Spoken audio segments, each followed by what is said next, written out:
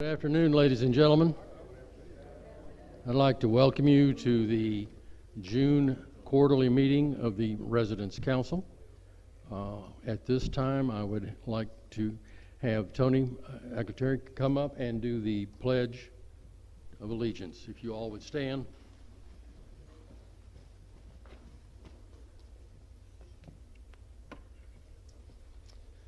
I pledge allegiance to the flag of the United States of America and to the republic for which it stands, one nation, under God, indivisible, with liberty and justice for all.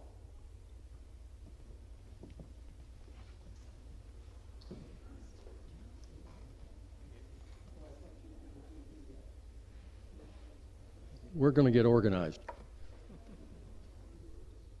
Okay. It's difficult because we don't see what's behind us. Only you get to see that. So that you should be seeing the agenda.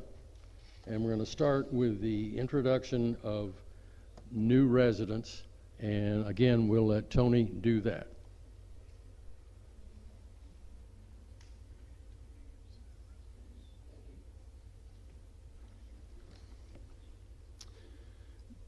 This is my favorite part of these meetings, getting to see who the new residents are. So I'll get right to it. Start with Roger and Carol Schnetzer, and they're from Valencia. I understand they're on a cruise, so they're not here today. Gordon and Gretchen Davis, Floribunda. You know. Roger and Shirley Coulter, Northlake. Rosemary Wolf, Northlake. Rosemary. Chris Mitchell, Camellia Court. Glenn and Bert Freeman, Bay.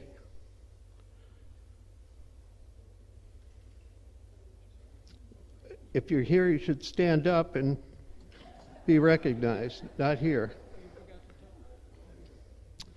Roger and Maritza Patterson, and they're from Bougainvillea. Wow. Donna McClellan, Maple. Hey, Donna.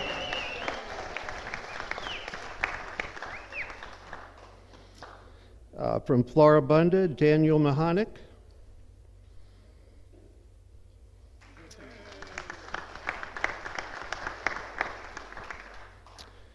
James and Marcia Bedford, Majestic Oaks Court.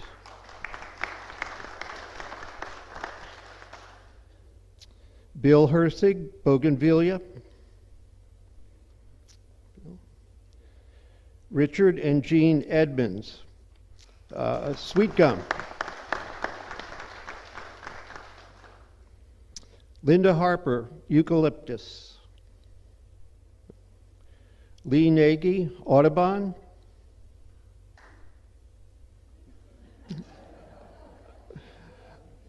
Joel and Vondell Gallagher, Valencia.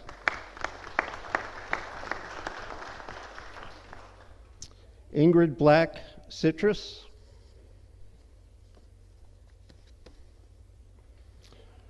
Ronald and Judy Reed, Floribunda. Richard and Ann Bilat, Valencia.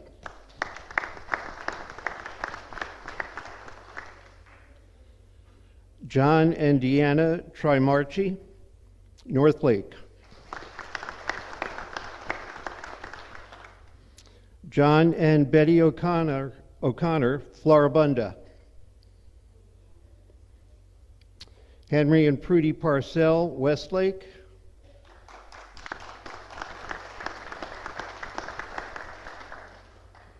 Ray and Joyce Lammy, Northlake.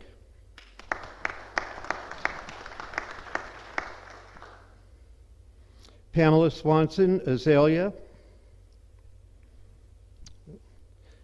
Esther Gould, Camellia Court.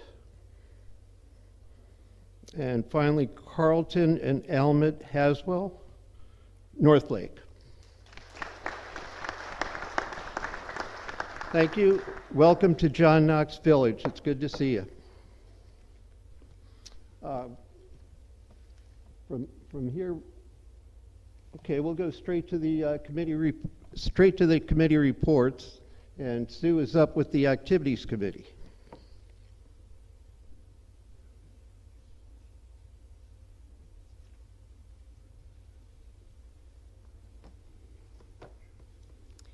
It is very nice to see you all here today, and I appreciate you making the effort to come. Behind me is the list of all the folks who are on the Activities Committee, and I want you to know a finer group of people I have never met. They have worked so hard on behalf of everybody here at John Knox. I also would like to thank Jerry Altenhoff, who is a friend of our committee and who very graciously comes and helps take notes for me. It's hard to talk and write at the same time. The second quarter of 2024 has been a very busy one for the Activities Committee. The volunteer fair and volunteer recognition events were well attended. Another resident art exhibit also began in April. In May, Activities Committee member Judy Quayle represented a group of residents who want to establish a bicycle club, and the Activities Committee and Resident Services agreed to facilitate this. The studio continues to expand its offerings, and Activities Committee members Carol Jesse and Joan Furchie have worked tirelessly to develop new events, provide information, and obtain supplies. And as a hint, donations of unused craft supplies are greatly appreciated. On-campus free and minimal charge entertainment events continue to be very popular. If it is necessary to cancel an event, a VAL message will now be sent out to notify residents. Activities Committee member Deborah Sheffield spearheads the Orange City Elementary School Food Drive, which will be held in September. This is an event that the entire JK family supports, and donated food items help students and their families who need assistance. In 2023, we donated over 6,000 food items. So I want to say thank you to everyone.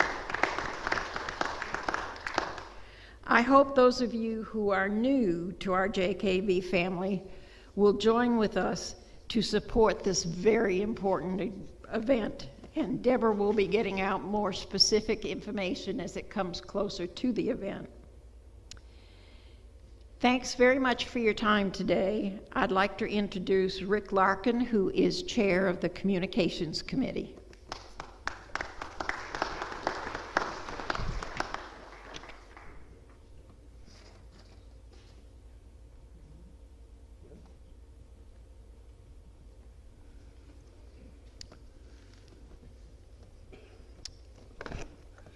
Well, I want to thank you all for attending this quarterly presentation for your resident council.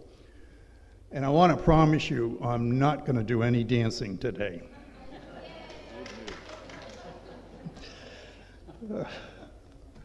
First and foremost, I'd like to introduce the members of the committee, and these are the people that lead the separate groups within the committee and do such a marvelous job. And they're Debbie Attigliere, Bob Dunham, Larry Magasano, Cheryl Smucker, Louise Kakamise, Mary Beth Harvey, and Susie Rudolph. And I want to thank them all, and some of them are here, for their hard work and their dedication to their individual tasks.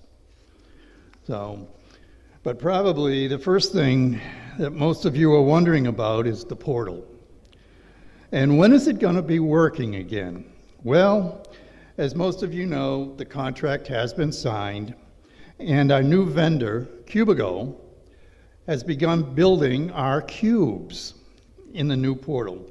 The names of the cubes will look much like what we have experienced before. There's names like maintenance, absences, transportation, will be there for you to use, and obviously we know how to use them.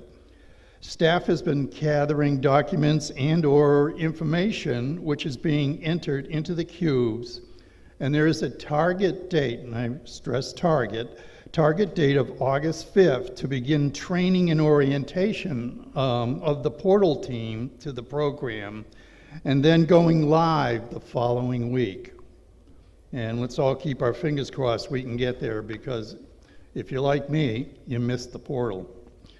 So, a coffee with Shannon will be scheduled to introduce us and give us the overview to the portal, and the portal team members will be presenting a tutorial of the functionality of the software to small groups. Instructional videos will be produced and posted online for reference. The date, time, and places for all these activities will be shared via Val Messages, Knox TV, and the Village Weekly. So please stay tuned. Also, the jkvhelp1@gmail.com site will be reintroduced so that we can email the portal committee with questions or requests for help. So, as with new things, we will need to be patient as we go forward with the implementation of this system. Amen. Now for some news about our library. And I just have to personally cite Cheryl Schmucker for the fine job she does with the library group and all the associate people that help her get a job done. But nearly 1,800 books in the Spiritual Life Library were cataloged and added to the JKV Library Catalog website. Yeah, that's a mouthful. Thanks to the diligent work of Cheryl Schmucker and the volunteer library staff, resident volunteers through May have provided over 1,000 hours of volunteer time to our library, for which we really owe them a thanks. Online, one can search for a book by selecting the library you want to search in, whether the main library, Spiritual Life, or the genealogy library, and you can browse the collection and search by author or subject, or read the summaries about individual books. So that is now all online and is accessible to us. One note is that the resident photo contest, Creatures Large and Small, Birds and Butterflies, will be ending on the 27th of June at 11:59 p.m. Entries need to be sent to red1120@me.com, and that's been in the weekly. And the photos must be the residents' own work and can be with or without processing. One final note. We will be having a resident vote on the replacement TV channel for Knox TV Channel 10. That channel went away, whether it went belly up or whatever, I don't know, but there's a blank channel there, and we are going to fill it. There will be 6 choices, and further details will be coming available in the near future.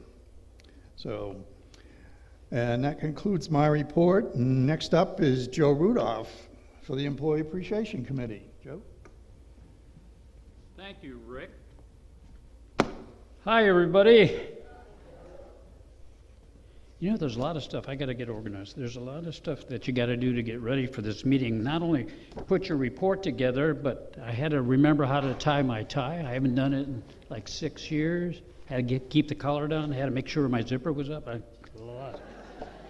A lot of stuff, but I'm about ready. and we'll get started. Oh, incidentally, does everybody know that Paul McCartney's birthday is today? Huh? How old is he? Wrong. Right. Who was that? Congratulations. You're not going to win anything for that, though. Okay. Who, what? Yesterday he might have. Yesterday. Okay. Now, one more thing before I really get into the meat for the Employee Appreciation Fund. I would like to ask you all a question. What would you call seeing a herd of rabbits backing up into the woods while in formation? A receding hairline. Come on. Boo. I feel like I'm talking loud, am I? Okay, let me start by, after all those boos, let me start by saying or introducing the hardworking Employee Appreciation Fund committee members. Starting out with Council Rep Larry George, members Joan Cornett, Susie Rudolph has a special place in my heart, Mike Marks, another special place in my heart, Steve Stevenson, Gene Marks, Donna Rager, Bob Lasagna, and Gilbert Hollyfield. Great folks doing a great job. Also, we have attend our meetings staff liaisons, Elvira Wolford, who's the director of HR, and Shannon Finley, who's the director of everything. She told me to say that. Some of you might be asking yourself again, why have an Employee Appreciation Fund? This is why. John Knox Village's administration has a strict no gift policy from residents to employees. Very important. This fund offers our fund offers an opportunity for residents to express their appreciation for all the services performed during the year by those employees. The EAF also receives contributions from the Furniture Committee. The committee receives good but no longer needed furniture. That furniture is then purchased by only employees at great, great prices. It's a great benefit for the employees, and it's a great way of using your old furniture that you no longer need. And their donation up year to date to the Employee Appreciation Fund is $3,700. So thank you very much, Bill and Mary Lee, and all your volunteers. We appreciate you. In an effort to support and promote the fund, the committee holds several fun events during the year. Mike Marks, Gene Marks, Donna Rieger, and their volunteers head up all of these annual events. Now, the first event that we've had, some of you may have participated, some of you may have just been spectators, but it was the 4th Annual Masters Putting Championship. It was a nail-biting fun event. We even had spouses putting against each other in the semifinals. Can you imagine the tension? Oh, it was terrible. Ultimately, John Gankar won the event. Congratulations, John. John, are you here? Okay, you can't stand up then, can you? The committee's next event is the ever-popular annual Cornhole event. It takes place on October 4th, 11th, and 18th, followed by the award ceremony and the lunch. It's a lot of fun, and you don't need to be a professional cornholer to enter this event. Trust me, I've been in it, and I hadn't hardly ever played cornhole before. I don't even like to say it out loud. But, oh, the other thing is that it's free. No admission fee. You can come out, sign up, practice. The boards will be out there. It's a real fun event. And again, if you're not comfortable participating, please come out and watch. It's just a lot of fun to watch these folks make a fool out of themselves. No, just kidding.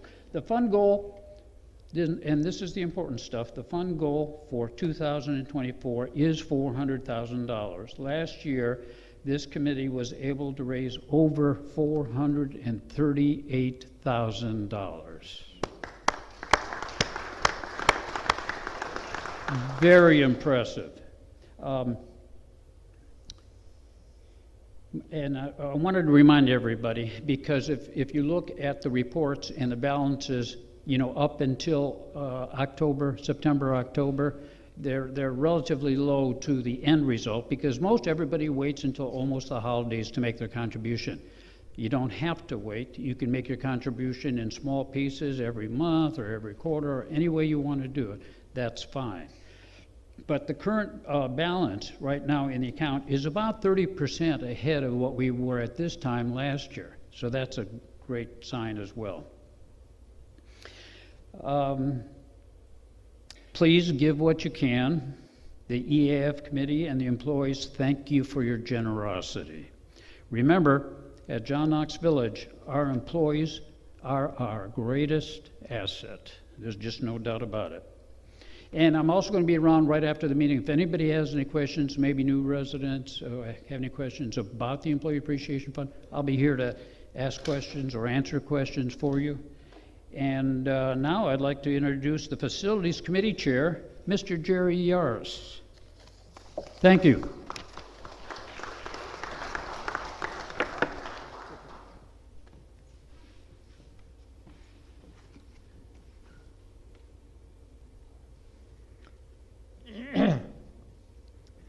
The Facilities Committee continued to remain busy during the past quarter. Water retention and management has been an issue since the last hurricane. Mr. Otto has been working with the City of Orange City and the engineering firm they hired to map storm wall drains and area mapping of JKV, which gives us the ability to tie into the city's master plan for moving stormwater runoff, which is something very, very good. Further, 2 new pumps have been purchased and are in place for this year's hurricane season. The scope and design for Majestic Oaks has been finalized, and the renovation of the 200 wing has begun. The aim is to go wing to wing until completion, thereby minimizing disruption to the residents of Majestic Oaks. 40 new trees have been planted throughout the campus. The grounds department has a new supervisor, Zachary Warden, who is now working more closely with McMaster Lawn Services for better service throughout the village. He is also providing better hands-on training to the ground staff. Housekeeping staff cleaned an average of 3,271 units for each month, encompassing occupied units, empty units, Oakview, Clubhouse, Maintenance, Barker Center, and Oak Park. Laundry processes nearly 50,000 pounds of linen each month, much of it going to Majestic Oaks and dining services. Transportation drivers drove 27,121 miles this quarter, which is a lot of rubber on the road.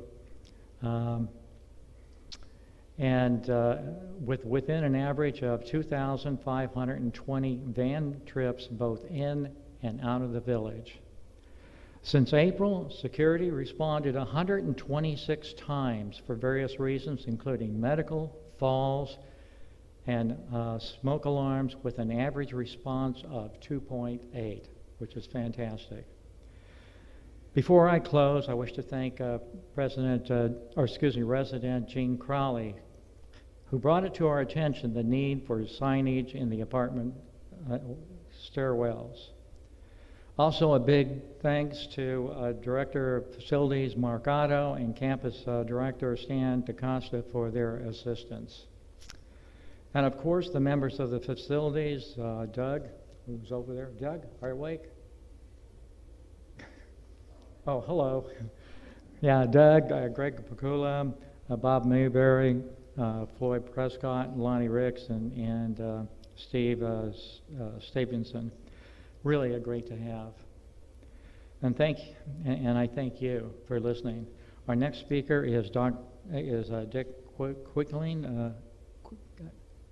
you know your name. Yeah, Quickling. You know your name, right? Yeah, I do. Okay. Chair of the Finance Committee. Thank you.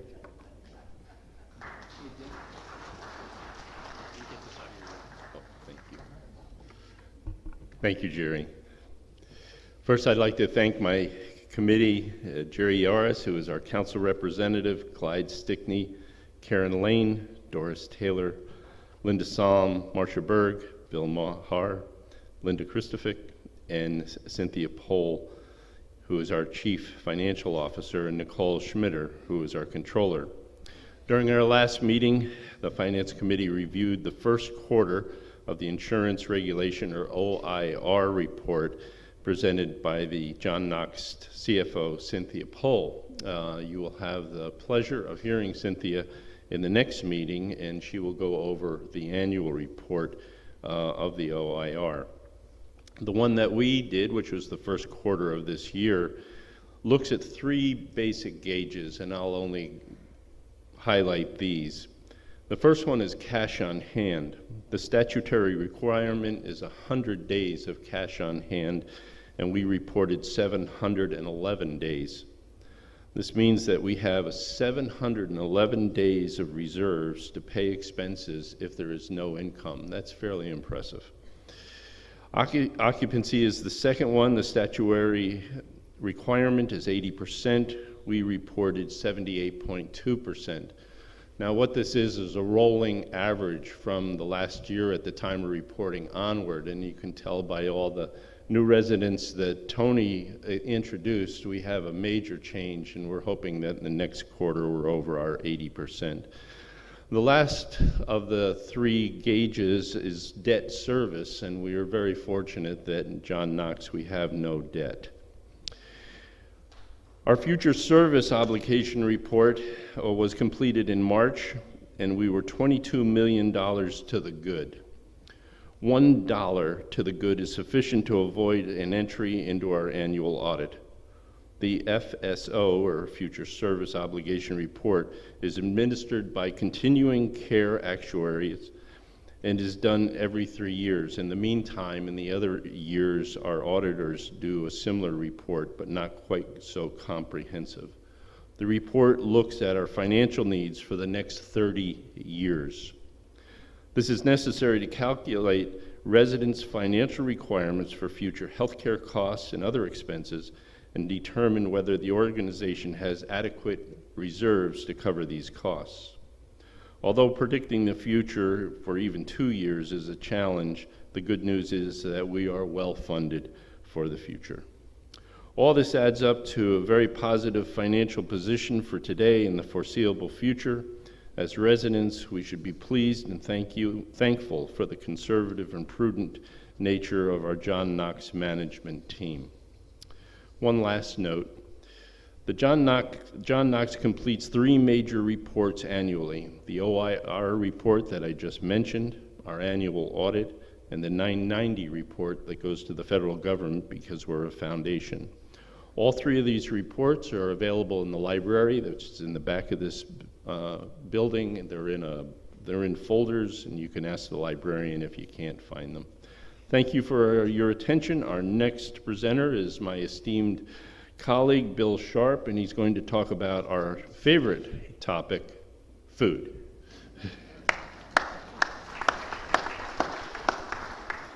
Something we can sink our teeth into, food. I want to say first that we appreciate your input, the assistance you've given the Food Committee with your ideas, with your compliments, and yes, with your complaints. You did this by using comment cards. A comment card, or you chatted with one of our members. We must be doing something right, though. There was only 2 negative comment cards last month, and there were over 17,000 meals. Since the first of the year, we've made some changes. I don't know if you're aware of these, but here's a few of them. No reservations are required at JJ's for less than 4 people. JJ's is serving brunch on Sunday. The food committee is looking forward to some more improvements in the next months. The members of the food committee and JKME management read your comment cards and listen when you speak. We're trying to implement them as quickly as we can. So please, whatever you do, share your thoughts, whether they're positive or negative, with either a member of the food committee or write a comment card. Oh, thank you for following the dress code. It was a tough battle, but we got it done. Once again, thanks for your time, and thanks for being here, and bon appetit. Oh, here's Grant Hammond.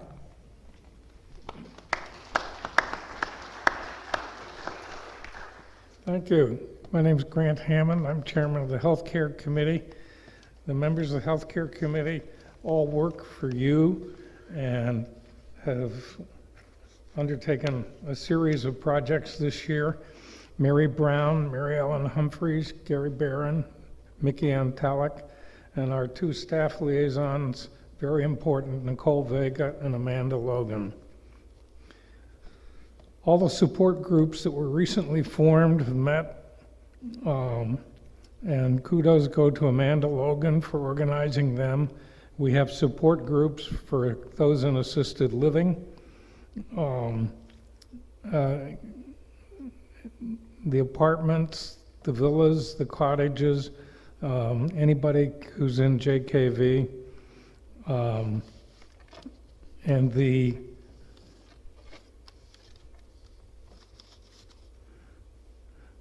support committees exist for diabetes, Parkinson's disease, those who are mobility impaired, vision impaired,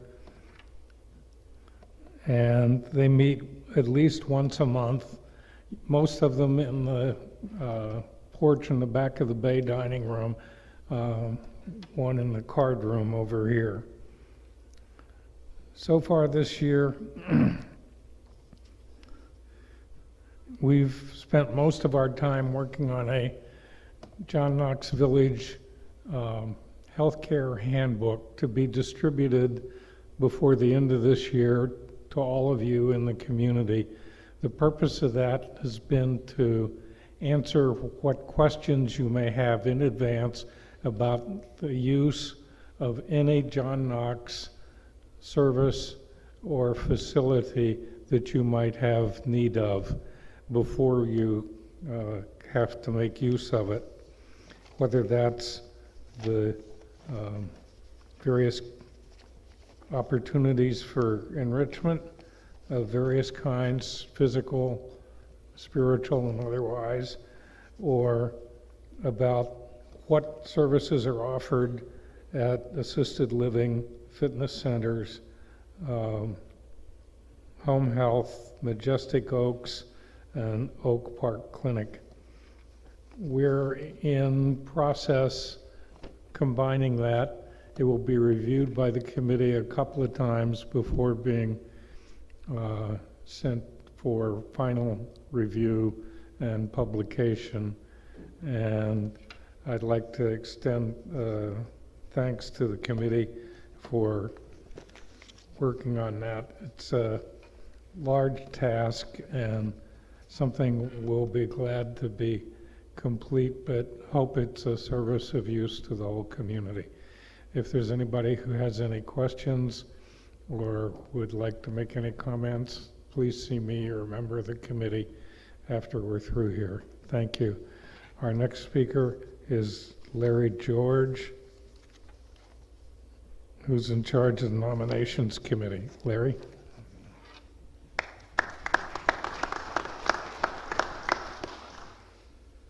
The nominations committee has one task, basically, and that is to put together a slate of candidates for the next year for the Residence Council. And I'm very pleased to announce that not only do we have a good slate, but we had more than the number that we needed to fill 6 slots. And that meant that we had some people to choose from. Not any of them were unqualified. All of the candidates that we saw were people that could fit easily on the Residents' Council, but we only had 6 slots to fill. The committee that I chair is Tony Aguilari, Debbie, his wife, Claudia Graham, Joe Rudolph, and John Bonder. And the slate of candidates that we are presenting today is John Bonder, Dick Jaquin, Mike Marks, Patty Mitchell, Jerry Barron, and Gary Kohler. And some of them are sitting right there in the front row. Would you please stand?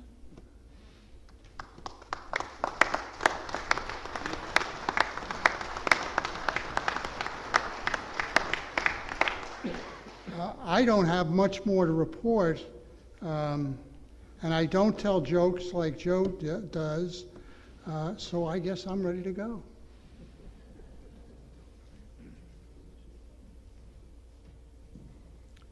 Thank you very much. At this time, are there any nominations for the Resident Council for the coming year from the audience? Okay, thank you very much. I'm going to kind of wander off the script here, and Barbara's looking at me like, oh, what are you going to do? I have no idea what she's got up here, and I'm not going to pay any attention to it. I thought I would try and give you a little overview from my personal perspective of what the Resident Council is, and what it does, and how it reacts. Resident Council is your official conduit to the management of John Knox Village. It is formed of 11 people. There is the president, myself, Tavert Cornett, the vice president, Tony Artiglieri, and Barbara Brown, our secretary. In addition, there are 8 members behind me here who are members of the Resident Council, and they also serve as the committee chair for the various committees. And the mission is to take the information from those committees that comes to the committees from you, the residents, and it's analyzed, if it's a suggestion or a complaint or whatever, to analyze it and see if there's a solution. It goes from the committee via the committee chair to the Resident Council as a whole. They review it. If it has some substance to it, it is then taken to management, and a discussion is held there to create a solution. This is the process that we go through.